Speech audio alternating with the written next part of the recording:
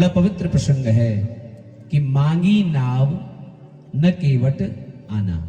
देखिए, गंगा बह रही है और गंगा जी के दो घाट होते हैं। कितने? दो घाट होते हैं। एक घाट वो होता है जहां गंगा जी बिल्कुल घाट को छू करके बहती है, और एक घाट होता है परली पार, जहां जो है पानी के अलावा बालू भी रहती है। लोग वहां क्यारी बो देते हैं, खाली जगह होती है ना, थोड़ा फूल पौधा सब्जी वब्जी बो देते हैं। राम जी उसी घाट पर खड़े हैं, और केवट बोले जहां गंगा जी एकदम घाट को छू करके निकल रही है, वहां केवट खड़ा है। देखो, रस्सी बंधी हुई है और केवट मस्ती में बैठा है। दाहिने पैर को बाएं चरण में रख करके बड़ी मस्ती में बैठा है। राम जी वहां घाट पर खड़े हैं। तो मांगी ना न केवट आना, कहे तुम्हार मरम में जाना। राम जी केवट से नाव मांग रहे हैं, परंतु केवट आ नहीं रहे हैं। अरे भाई आओ और आकर के हमें पार लगाओ। प्रश्न ये उठता है कि भगवान ने मांगा क्यों? सारी दुनिया जिससे मांगती है, सब जात कुजात भय मंगता, सारा संसार जिससे मांगता है वो केवट से मांग रहा है। क्यों? क्योंकि जिस घाट पर क्यारी बोई जाती है, फूल वगैरह बो देते हैं, वो सकाम घाट है। कौन सा घाट है? सकाम घाट। और केवट जिस घाट पर बैठा है वो निष्काम घाट है। कौन सा घाट है? निष्काम। गंगा मतलब भक्ति, कि राम भगति जग सुर सरी धारा, सरस ही ब्रह्म विचार प्रचारा। तो गंगा जो है ये क्या है? ज्ञान युक्त भक्ति है। तो एक तो भक्ति है गंगा, और दूसरा निष्काम घाट पर ये भक्त बैठा है। ध्यान देना, और निष्काम घाट पर जो रहते हैं ना, वो निष्कामी भक्त होते हैं। क्या होते हैं? निष्कामी भक्त। और निष्कामी भक्त भगवान से नहीं मांगता है, बल्कि भगवान ही निष्कामी से मांगते हैं। बोलो जय श्री राम। हाँ, क्योंकि निष्कामी के मन में मांगने की कोई इच्छा होती नहीं है। नरक जाएंगे चले जाएंगे महाराज, चिंता नहीं है। स्वर्ग जाएंगे चले जाएंगे, कोई चिंता नहीं, परंतु तुम्हारे सिवा और किसी को चाहेंगे नहीं। बस इसको बोलते हैं निष्काम, जिसके मन में कोई कामना ही नहीं है। और जहां निष्कामता जीवन में आ जाए, वहां भगवान मांगते हैं। वहां भक्त भगवान से नहीं मांगता, बल्कि भगवान भक्त से मांगते हैं। और दूसरी बात, न केवट आना। इसका यह भी भाव है कि केवट को बुला रहे हैं, लेकिन वो आ नहीं रहा है। न केवट आना। और दूसरा भाव, न केवट आना, हमें यही नाव चाहिए और यही केवट चाहिए, क्योंकि परमात्मा को केवल और केवल निष्कामी चाहिए। केवल निष्कामी चाहिए बस। तो इसलिए केवट को बुलाया, लेकिन केवट नहीं आए। क्यों नहीं आए? क्योंकि कहीं तुम्हारे मर्म में जाना। बाप रे, क्या कह रहा है? केवट को बुलाया, आओ, लेकिन केवट कहता है मैं नहीं आऊंगा। क्यों? क्योंकि कहीं तुम्हारे मर्म में जाना। मैं तुम्हारे मर्म को जानता हूं। बाप रे, क्या कह रहा है? तुम्हारे मर्म को समझता हूं। राम जी बोले, ले लो, ये लो, कर लो बात। ये तो हमारे मर्म को जानता है कि मास दिवस भा दिवस करो,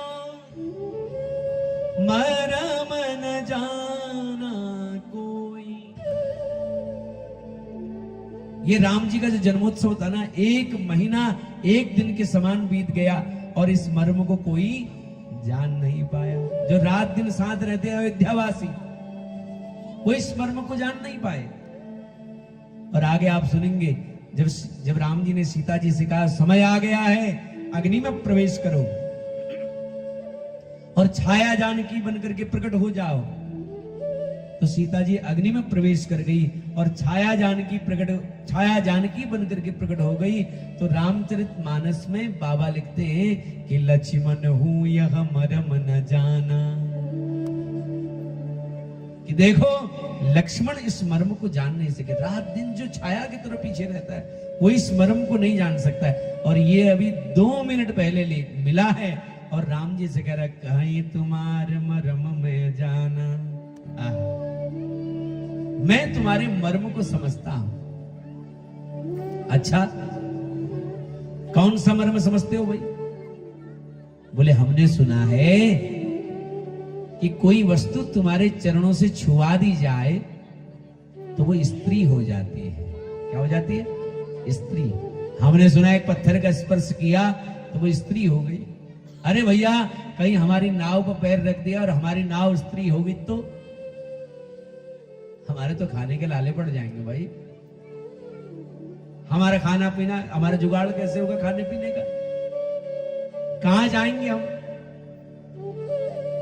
अच्छा चलो कोई बात नहीं, स्त्री हो गई कोई बात नहीं, एक हमारे घर में है, दूसरी और सही। लेकिन हमने सुना है कि जो स्त्री होती है वो कोई ऋषि पत्नी होती है, ब्राह्मणी होती है। और यदि ये ब्राह्मणी हो गई तो मैं केवट जाति का, तो मेरे हाथ का छुआ नहीं खाएगी, पानी भी छान करके पिएगी। तो इसलिए भैया जाओ, हमको पार नहीं लगा, निकलो यहां से, हमें पार लगाना ही नहीं है आपको, माफ करना। अच्छा, बैठे बैठे बोल रहा है, खड़ा भी नहीं हुआ, न राम राम न नमस्कार न प्रणाम, कुछ नहीं, बैठा है मस्ती में। ओहो, बड़ा प्रेम बरसाया केवट ने। और कहने लगे देखो, यदि तुमको ऐसा लगता है, देखो यहां से तो मैं तुमको पार नहीं करा सकता, थोड़ा आगे चले जाओ, घुटने घुटने तक गंगा है, ऐसे ही पार हो जाओगे। क्योंकि मुझे पता है कि आप ताड़ तो सकते हो लेकिन तैर नहीं सकते हो, है ना? आपको तैरना नहीं आता, तारना आता है, तैरना नहीं आता है। इसलिए थोड़ा आगे जाओ, घुटने घुटने गंगा है, पार हो जाओगे प्रभु। हाँ, अगर आपको ऐसा लगता है कि मुझे यही केवट चाहिए, यही नाव चाहिए, तो एक काम करो। बोले क्या? बोले मोहे पद पदम पखारन कहूं।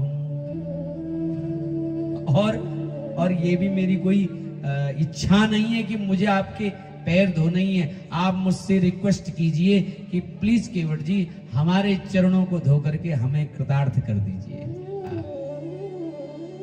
मेरी इच्छा नहीं है कि मुझे आपके चरणों को, मोहे पद पदम पखारन कहूं, आप कहो। राम जी बेचारे कमर में हाथ धर के ऐसे खड़े गंगा के किनारे बालू में, और चरण धोने के लिए मुझसे कहिए। और मैं आपसे कुछ चाहता नहीं हूं, उतराई मैं आपसे लूंगा नहीं, क्योंकि कैकेयी मैया ने छोड़ा क्या आपके पास जो मैं लूं? आप तो खुद ही उदासीन बन करके आए हो, तो इसलिए चाहिए मुझे कुछ नहीं आपसे। तो इसलिए मैं आपको पार लगा दूंगा, आप मुझे बस चरण धोने के लिए कह दीजिए। और ये चरण धोने को इतना क्यों कह रहा है? ताकि बार बार प्रभु के चरण धोने का अवसर मिले, थोड़ा बार बार स्पर्श हो जाए। और सुनो, हमें दशरथ महाराज की सौगंध, हम बिना चरण धुआए तुमको नाव में चढ़ने नहीं देंगे। लक्ष्मण को गुस्सा आया, लक्ष्मण ने तीर निकाल लिया। हमारे बाप की कसम खाते हो? है इतनी उच्छृंखलता, हमारे पिता की सौगंध खाते हो? लक्ष्मण जी का गुस्सा देख करके केवट बोले, सुनो, भाई है तुम्हारे? बोले हाँ। बोले थोड़ा नकचड़े से है? थोड़ा गुस्सैल लगते हैं, इनको बोलो भाई साहब अपना बाण संभाल ले। अच्छा एक काम करो, ये क्या जमाना आ गया महाराज, एक भाई मांगता है और दूसरा मारने की धमकी दे रहा है। एक काम करो लखन भैया, आप हमें बाण मारा ही दो। आप बाण मारेंगे तो क्या होगा? मैंने सुना है गंगा के किनारे जिसकी मृत्यु होती है वो मुक्त हो जाता है, और फिर शेष के हाथों मरना है ना, शेष के हाथों में मारा जाऊंगा, और जब मरूंगा इधर मेरा सगा संबंधी तो कोई आसपास है नहीं, दूर है थोड़ा, तो इसलिए राम जी को मेरा दाह संस्कार करना पड़ेगा। शेष के हाथों मारा जाना, विशेष के हाथों दाह संस्कार होना, निश्चित मैं रघुवंश में राम जी के परिवार में पुत्र रूप में जन्म लेकर के आऊंगा। इसलिए हमारे तो चाँदी चाँदी है, इसलिए भाई साहब आप हमें बाण मारा ही दो, आज होगी सो देखी जाएगी। बड़ा प्रेम करने लगा केवट इन बातों से। बोले हाँ, यदि इसी नाव में चढ़ना चाहते हो तो मोहे पद पदम पखारन कहे, और बिना चरण धोए बगैर मैं आपको नौका में बैठने दूंगा नहीं। पद कमल धोई चढ़ाई नाथ, पद कमल धोई चढ़ाई नावन, नाथ उतराई चहो, मोहि राम राउर आन दशरथ, सपत सब साचे कहो। बरु तीर मारहु लखन पे जब, लगिन पाय पखारी हो, तब लगिन तुलसीदास नाथ, कृपाल पार उतारी हो। तो इसलिए मुझे चरण धोने दीजिए महाराज। राम जी मंद मंद हंसे। गंगा जी का पावन तट है ना, ये गंगा जी का पवित्र तट। राम जी जानकी और सीता को देख के मुस्कुराने लगे और इशारे इशारे में कहते, देखो तुम्हारे पिताजी ने जब कन्यादान किया था ना, तो उसमें एक संस्कार होता है धूली अर्घ, तो वहां पर हमारे चरण धोए थे, और चरण भी पूरे न धो पाए थे, अंगूठा धोया था थोड़ा सा, और बदले में तुम्हें दिया इतना सारा दहेज दिया, आज ये पूरे धो डालेगा और देगा भी कुछ नहीं है, बढ़िया से धोएगा आज और देगा भी कुछ नहीं, ये याद रखो। तो इस प्रकार भगवान बोले, लो कर लो अपने मन की भाई, धो ले चरण। तो इस प्रकार के सुन के वट के बेन, प्रेम लपेटे अटपटे, बिह से करुणा एन,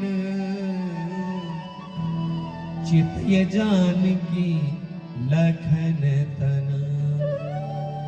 देखो भगवान हंसे नहीं, बिहसे, जोर से हंसे। तो भगवान शंकर कह रहे, देवी अयोध्या से निकले थे ना प्रभु, तो आज पहली बार भगवान इतने जोर से हंसे। लखन और जानकी को देख करके हंसे और कहने लगे इशारे से, देखो आज पूरा धोएगा ये। तो इस प्रकार लखन जी बड़े उदास हुए कि हमारी सेवा छिन गई, है ना, उदास हैं लखन जी, थोड़ा गुस्सा भी आ रहा है केवट को देख करके, हमारी सेवा लेना चाहता है। तो इस प्रकार कृपा सिंधु बोले मुस्काई, सोई करो जेहु तब नाव न जाए। तुम्हें जो अच्छा लगे भैया केवट तुम कर लियो। केवट तुरंत उतर के आया, दौड़ दौड़े अपनी कुटिया में गया, पत्नी बच्चे सबको लेकर के आया। अरे दौड़ो, अरे जल्दी आओ, प्रभु के चरण धोने, राम जी के चरण धोने। अब आया, उसने सोचा जितना भगवान का सानिध्य मिले उतना अच्छा। तो भगवान से कहा प्रभु चरण धरिए इस कठौती में। भगवान ने एक चरण रख दिया, बोले दूसरा भी धरो। बोले दूसरा चरण अगर इस कठौती में रख दिया तो मैं गिर नहीं जाऊंगा। तो केवट बोला प्रभु धोने तो मुझे दोनों हैं। बोले हम गिर जाएंगे तो? बोले अरे क्यों गिरोगे, हम है ना आपके सहारे। अरे दोनों हाथों से आप मेरा सिर पकड़ ले। क्या पकड़ ले? सिर पकड़ ले। प्रभु ने दोनों चरण कठौती में रख दिए और दोनों हाथ उसके सिर पर रख दिए। कि अति आनंद उमगी अनुरागा चरण सरोज पखारन लागा। केवट आनंद विभोर हो गया और चरणों को पखारने लगा। बार बार होता है। राम जी बोल रहे हैं अब हो गया, लक्ष्मण जी बोल रहे हैं रहने दो, अब धोते लिए। बोले नहीं प्रभु इधर से थोड़ा गंदे, अच्छा इधर से थोड़ा गंदे, अच्छा यहां भी थोड़ा गंदे। बार बार धो रहा है, थोड़ी मिट्टी इधर भी रह गई। अब खूब प्रभु के चरणों को धो रहा है। जब चरण धो लिए तो राम जी बोले अब नौका में बिठाओगे, कछु और बाकी है? बोले महाराज जल्दी किस बात की आपको? अरे 14 वर्ष मिले, घूमे फिरो हमारे संग आनंद लियो, काहे को जल्दी कर रहे हो? खड़े रहिए, अभी नाव में नहीं चढ़ना। तो बुला के लाया अपने परिकरों को, बोले जल्दी आओ। जितने भी वहां केवट थे सबको बुला लिया, लाइन में खड़े हैं। राम जी बोले अब क्या कर रहे हो? बोले प्रभु आपका चरणामृत तो बांट दो सबको, ये चरणामृत तो बांटे, ऐसा अवसर फिर थोड़ा ही मिलेगा। लक्ष्मण जी जानकी जी से बोले लाइन में लग जाओ, इसी बहाने हमको भी थोड़ा चरणामृत मिल जाएगा। तो चरणामृत प्रदान किया, थोड़ा चरणामृत रख लिया। अपनी पत्नी को बोला इसको कठौती में रख दो, इस चरणामृत से रोज आटा मारना, इसी से रोटी बनाना, ये मेरे राम के चरणों का जल है, ये भगवान का चरणामृत है। भगवान ने कहा चलो। बोले ऐसे कैसे जाओगे? और उठाया भगवान को गोदी में और नौका में रख दिया। लक्ष्मण जी और माता जानकी को उसने बैठाया। अब नौका चलती है। नौका चलने लगी तो केवट ऐसे घुमाने लगा नौका को, ऐसे। भगवान बोले सीधे सीधे क्यों नहीं चलाते हो, ये इधर उधर को झोंका क्यों दे रहे हो? तो केवट क्या बोला मालूम? केवट बोला डर गए। बोले डर गए? अरे जब हमको नचाते हो 84 लाख योनियों में, बड़ा मजा लेते हो आप, और हमने थोड़ा सा घुमाया तो आप डरने लग गए। भगवान हंसे। तो बरस सुमन सुर सकल सियाई, ए समबाब पुंज को नाई। देवता पुष्प वर्षा कर रहे हैं कि ऐसा पुण्यात्मा कौन हो सकता है केवट जैसा। और केवट ने भगवान को किनारे लगा दिया। राम जी ने सोचा इसको कुछ देना चाहिए, कितना अच्छा भक्त है, और मैंने तो इसे कुछ दिया नहीं। तो पिए ही की सिय जान निहारी, मुनि मुदरी मन मुदित उतारी।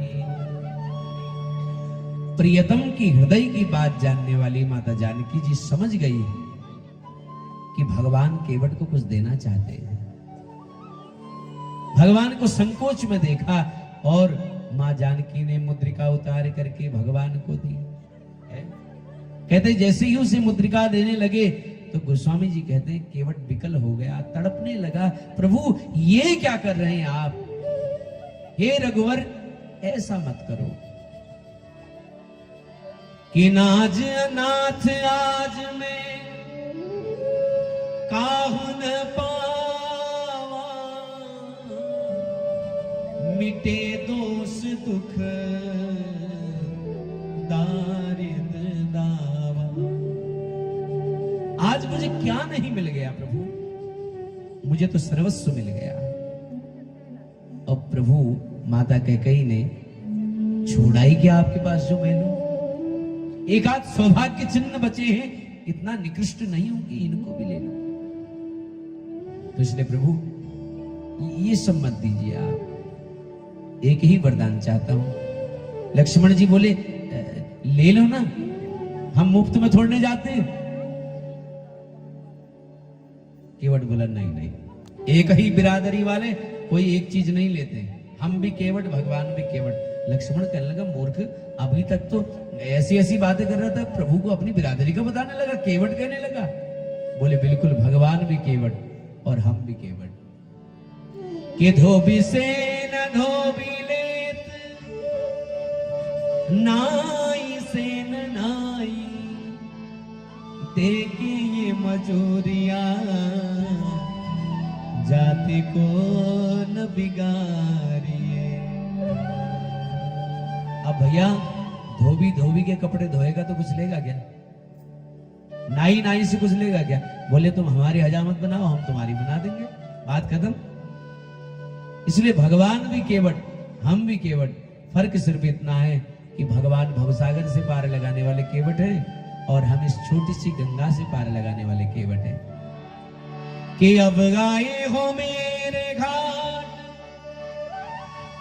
तो मैंने पार उतार दियो, जब आऊंगा मैं तोरे घाट तो मोहे पार लगाए दियो। देखो आज हमने आपको पार किया है और कोई मूल्य नहीं लिया आपसे, ध्यान दो। जब हम कभी तुम्हारे घाट आएंगे ना तो तुम भी हमारे पाप पुण्य पर बिना विचार किए बगैर हमको भी पार लगा देना। बोलो जय श्री राम। मुझे उतराई में कुछ नहीं चाहिए और मेरे मन की कोई अभिलाषा नहीं है। और एक बात कहूं, जब लौट कर आप आएंगे तो मुझे पुकारना, ये सेवक फिर से आपकी सेवा में हाजिर होगा और फिरती बार जो भी दोगे सर रख लूंगा प्रभु। और भगवान ने उसे हृदय से लगा लिया। जिस समय केवट ने राम जी ने केवट को हृदय से लगाया, यहीं से राम राज्य की नींव रख दी गई महाराज, है ना। केवट को गले से लगाया और उस केवट की निष्ठा देखी। कहते हैं जब राम जी गए तब से लेकर 14 वर्ष तक उस केवट ने उस नाव में किसी को नहीं बैठाया, वो नाव को रख दिया, उस नाव का नित्य नीराजन करता, आरती करता, उस नाव की सेवा करता। बोले जिस दिन मेरे प्रभु आएंगे फिर से इस नाव को पवित्र करेंगे, आज के बाद इस नाव में कोई नहीं बैठेगा।